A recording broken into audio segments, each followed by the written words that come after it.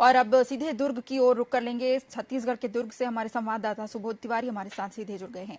जी सुबोध जी, बताएं कि आज दुर्ग में कौन सी खबरें हैं जो सुर्खियों में रहेंगी?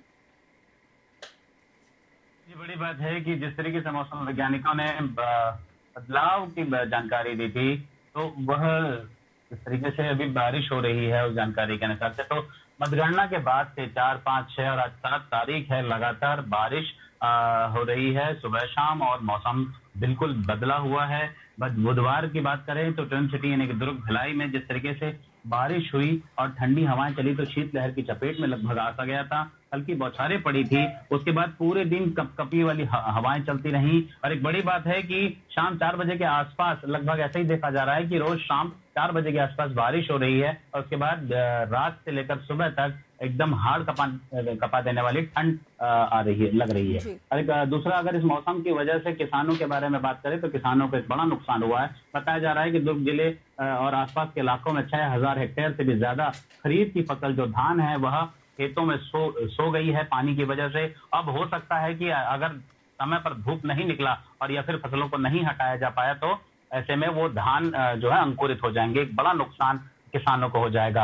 अब अगर बात करें निगमों और जिला सहकारी केंद्रीय बैंक और नगर पालिका निगम परिषद की, तो एक प्रकार से ऐसा बताया जा रहा है कि जो प्रदेश में अभी भारतीय जनता पार्टी की सरकार जीत कर आई है, तो उसकी आंच कहीं इन नगर पालिका निगमों और परिषदों में ना पड़े, कि कहीं शहर सरकार जिस पार्टी की है उसे परिवर्तन के असर ना पड़ जाए, तो परिवर्तन ना हो जाए। इस वजह से अभी यहाँ पे यह चर्चाओं का बाजार गर्म है। फिलहाल अभी किसी भी तरह का कोई निर्णय निगम या शहर सरकार को लेकर नहीं लिया गया है।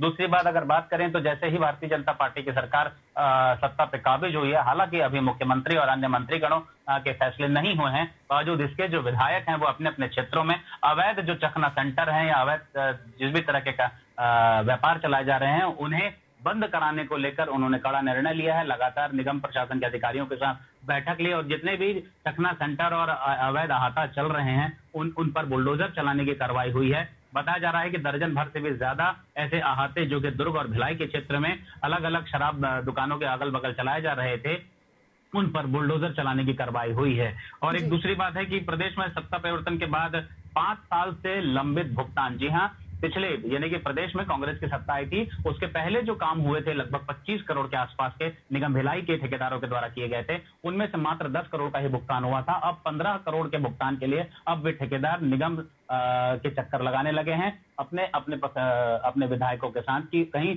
उनकी जो फंसी रकम है, जो 15 करोड़ की फंसी रकम है, वह निकल जाए। बताया जा रहा है कि बहुत जल्द अब जितने भी लंबित मामले हैं निगम के, खासकर राजस्व से संबंधित, वह जल्द से जल्द, बहुत जल्द, कुछ ही दिनों में निपटा दिए जाएंगे। जी सुबोध जी, तमाम जानकारियों के लिए आपका बहुत बहुत धन्यवाद।